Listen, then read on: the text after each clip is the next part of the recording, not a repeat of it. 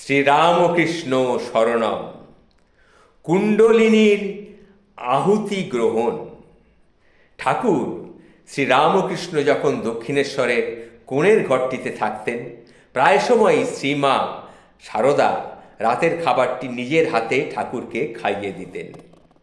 তেমনই এক রাত্রে ঠাকুরকে মা খাইয়ে দিচ্ছিলেন। হঠাৎ মুখের সামনে গরজ নিয়ে যেতেই মা অনুভব করলেন যে ঠাকুরের মুখ থেকে কি যেন একটা বেরিয়ে এসে গরজটা মুখে নিয়েই আবার ভেতরে ঢুকে গেল।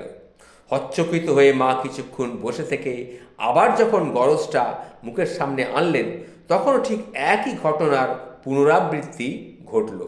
মা কিছুটা ভীত হয়ে এবারে মুখের সামনে এনে ভালো করে দেখার চেষ্টা করলেন। তিনি কি দেখলেন? তিনি দেখলেন অবিকল একটা সাপের মতন মুখ বিশিষ্ট প্রাণী বারবার ঠাকুরের মুখের ভেতর থেকে বেরিয়ে এসে কিছুটা বেরিয়ে আসছে, সেই খাদ্যপিণ্ডটা নিয়েই আবার মুখের ভেতরে ঢুকে যাচ্ছে। মা তখন ভয়ে স্ত্রস্ত হয়ে পড়লেন। ঠাকুর ব্যাপারটা আঁচ করতে পারলেন।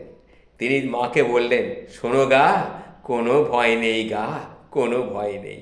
যোগশাস্ত্রে আছে, যোগীরা আহার গ্রহণ করেন না, আহার করেন তাদের ভেতরে জেগে থাকা কুণ্ডলিনী। তুমি সেই শক্তিরূপা কুণ্ডলিনীকেই দেখেছ।